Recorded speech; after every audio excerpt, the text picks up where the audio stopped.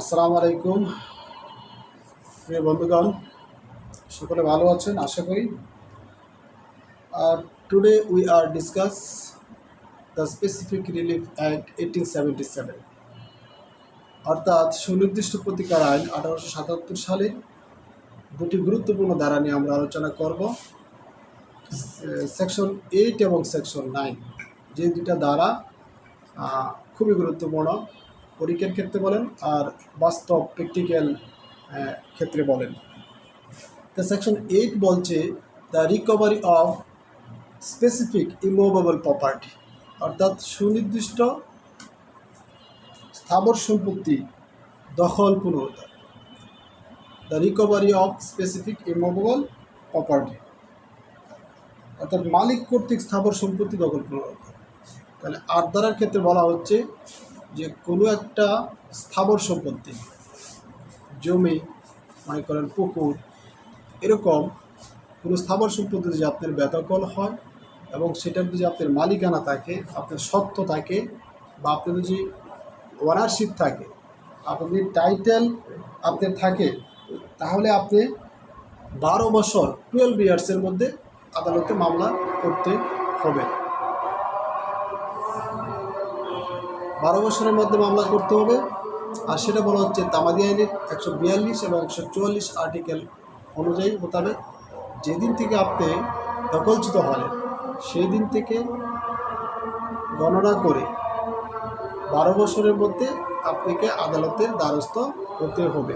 আর 12 বছর যদি অতিক্রম হয়ে যায় তাহলে আপনার মামলাটি আদালত খারিজ করে দিবে।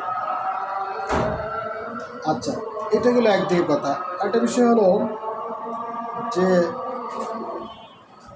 এই যে 12 বছর, এর মধ্যে যদি একদিন অতিক্রম হয়ে যায়, 12 বছর একদিন হয়ে যায়, তাহলে মামলাটা আদালত খারিজ করে দেবে। আর এই আর্দারার ক্ষেত্রে আপনার তামাদি হচ্ছে 12 বছর এবং কোর্ট ফি কত দিতে হবে। যেহেতু এটা স্থাবর সম্পত্তি সংক্রান্ত, আমরা কোর্ট ফির ব্যাপারে বুঝি বলি। 2 ধরনের কোর্ট ফি প্রদান করা হয়, একটা হচ্ছে স্থাবর সম্পত্তি সংক্রান্ত, আর একটা হচ্ছে অর্থ সংক্রান্ত। স্থাবর সম্পত্তির ক্ষেত্রে কোর্ট ফি হচ্ছে 2% এবং তার সাথে 15% ব্যাট, আর সেটা হবে সর্বোচ্চ 40,000 টাকা পর্যন্ত। এবং অর্থ সংক্রান্ত মোকদ্দমার ক্ষেত্রে এই 2% ব্যাট, 2.5% ব্যাট দিতে হবে, 2.5%, এবং সেটার সাথে 15% ব্যাট, এবং সর্বোচ্চ সেটা হবে 50,000 টাকা। এর ঊর্ধ্বে প্রদান করা যাবে না বা নিয়ম নেই। আচ্ছা, এটার মূল অনুপাত বলা হচ্ছে যে এর ভ্যালোরিয়াম কোর্ট ফি প্রদান করতে হবে, অর্থাৎ আপনাকে মূল্যানুপাতিক কোর্ট ফি দিতে হবে। একটা স্থাবর সম্পত্তি যত টাকা সেটার মূল্য আসে, ভ্যালু আসে, সেই ভ্যালু অনুযায়ী আপনাকে কোর্ট ফিটা 2% হারে প্রদান করতে হবে। এই আর্দারার ক্ষেত্রে আপনি গভর্নমেন্টের এগেনস্টে মামলা করতে পারবেন, অর্থাৎ আর্দারা বলতেছে যে আপনার মালিকানা আছে, আপনার সত্ত্ব আছে, সেই ক্ষেত্রে আপনি সরকারের বিরুদ্ধেও মোকদ্দমা দায়ের করতে পারবেন। আর সাধারণ পাবলিকের বিরুদ্ধে তো পারবেন। আদালত স্থাপনা ভাঙার নির্দেশ দিতে পারে। আপনার সম্পত্তি দখল করে ফেলেছে, আপনার স্থাবর সম্পত্তি একজন, সেখানে সে একটা ওয়াল বা দেওয়াল তুলেছে বা কোনো একটা ঘর নির্মাণ করেছে, সেই ক্ষেত্রে আদালত সেই ঘরটাকে ভাঙার নির্দেশ প্রদান করতে পারবেন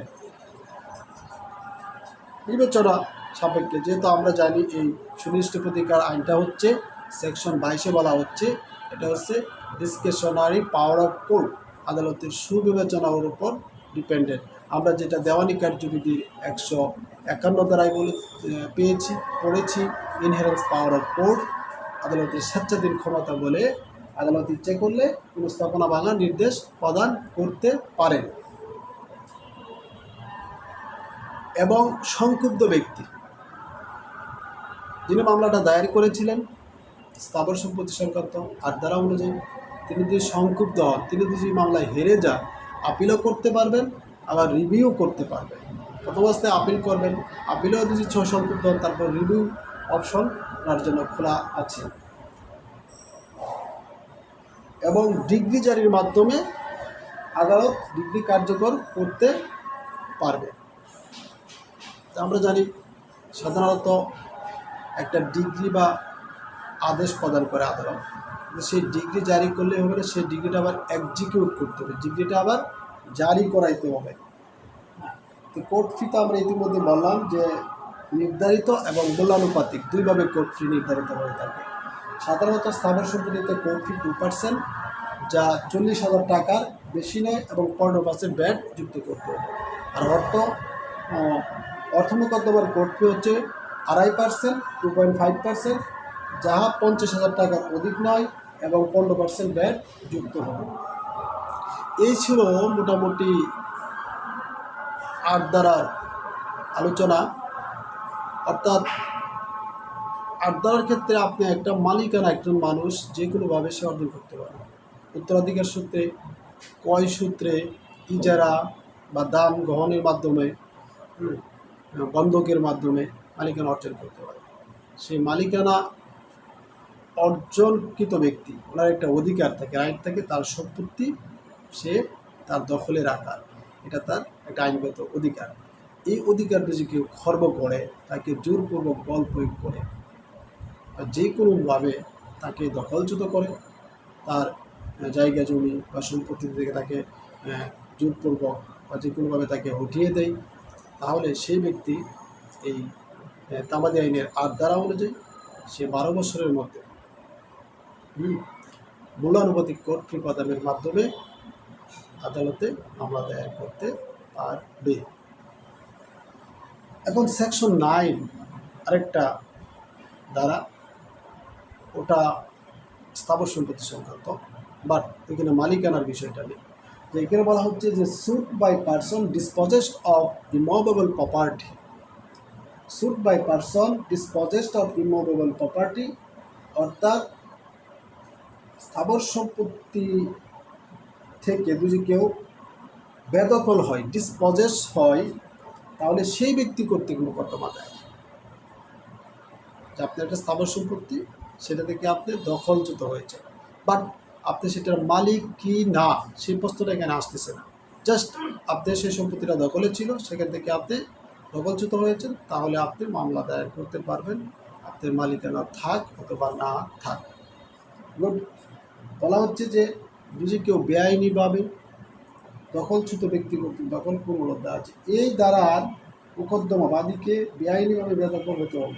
তামাদি আইনের প্রথম তফসিলের 3 অনুচ্ছেদ মোতাবেক 6 মাসের মধ্যে মোকদ্দমা দায়ের করতে হবে। তাহলে এই 9 ধারার ক্ষেত্রে তামাদি হচ্ছে আপনি 6 মাস, 6 মান্থের মধ্যে আপনি, আর সেটা কোন ধারা অনুযায়ী? তামাদি আইনের 3 নম্বর আর্টিকেল 6 মাস সময় পাবেন, 6 মাসের মধ্যে আমরা এই মামলাটা দায়ের করতে হবে। এটার কোর্ট ফি হচ্ছে গিয়া যে আমরা মূল্যানুপাতিক কোর্ট ফি বা অ্যাড ভ্যালুরিয়াম যেটা বললাম, সেটার অর্ধেক দিতে হবে, 50% আপনাকে প্রদান করতে হবে। 8 ধারার ক্ষেত্রে মূল্যানুপাতিক কোর্ট ফি দিতে হবে, আর 9 ধারার ক্ষেত্রে মূল্যানুপাতিক কোর্ট ফি এর অর্ধেক প্রদান করতে হবে। অর্থাৎ যদি 8 ধারায় আপনি কোনো একটা সম্পত্তি 10,000 টাকা কোর্ট ফি আসে, তাহলে তার অর্ধেক 5,000 টাকা, 9 ধারা বলতেছে 5,000 টাকা আপনাকে দিতে হবে। সরকারের বিরুদ্ধে মামলা করা যাবে না, যেহেতু আপনার মালিকানা নাই। গভর্নমেন্ট যদি চায় আপনার সম্পত্তি যদি নিয়ে যায় কোনো প্রয়োজনে বা অধিগ্রহণ করে, তাহলে আপনি সরকারের বিরুদ্ধে মোকদ্দমা দায়ের করতে পারবেন না, এটা আইনে স্পষ্টভাবে বলে দেওয়া হয়েছে। স্থাপনা ভাঙার আদেশ দিতে পারবেন না। যদি কোনো ব্যক্তি দখল করে ফেলেছে, কোলে একটা গড় বা একটা কিছু নির্মাণ করছে, সেক্ষেত্রে ওটা ভাঙার নির্দেশ আদালত দিবেন না। আদালতের ক্ষেত্রে যেরকম আপনার মালিকানা ছিল জমিতে, তার দ্বারা কিন্তু আপনাকে সেটা ভাঙার নির্দেশ প্রদান করতে পারতেন বা করতে পারেন, কিন্তু 9 ধারার ক্ষেত্রে সেটা আদালত দিবেন না, কোনো স্থাপনা ভাঙার নির্দেশ দিবেন না। সংক্ষিপ্ত ব্যক্তি আপিল রিভিউ করতে পারবেন না। 9 ধারার ক্ষেত্রে আপনি মামলা করলে যদি সংক্ষিপ্ত হেরে যান, তাহলে আপনি আপিল রিভিউ করতে পারবেন না বা রিভিশন করতে পারবেন। আপনার রিভিশনের অপশন সেখানে খোলা আছে, রিভিশন দায়ের করতে পারবেন। আচ্ছা, রিভিশন করতে হবে সরাসরি হাইকোর্ট বিভাগে। আচ্ছা, রিভিশনটা করতে হবে আপনি কোথায়? হাইকোর্ট বিভাগে আপনাকে রিভিশন দায়ের করতে হবে।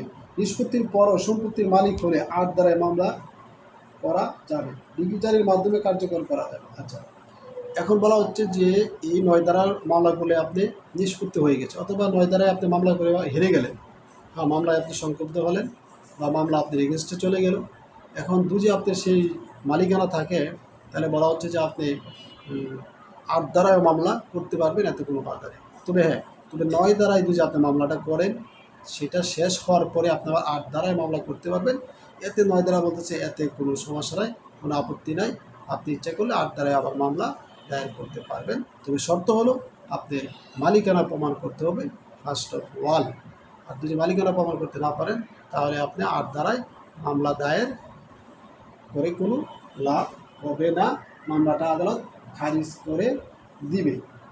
সো মাই ডিয়ার ফ্রেন্ডস, এই ছিল আজকে 8 এবং 9 ধারার মোটামুটি সংক্ষিপ্ত আলোচনা।